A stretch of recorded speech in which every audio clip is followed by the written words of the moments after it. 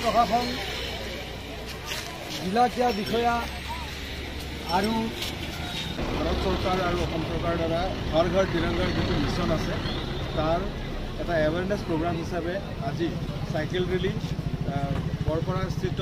चिलारा स्टेडियমৰ ওচৰৰ পৰা আমি আৰম্ভ কৰিবলৈ লৈছো আৰু সকলোকে এই সাইকেল ৰেলীত যিসকলে যোগদান কৰিছে তেখেতসকলক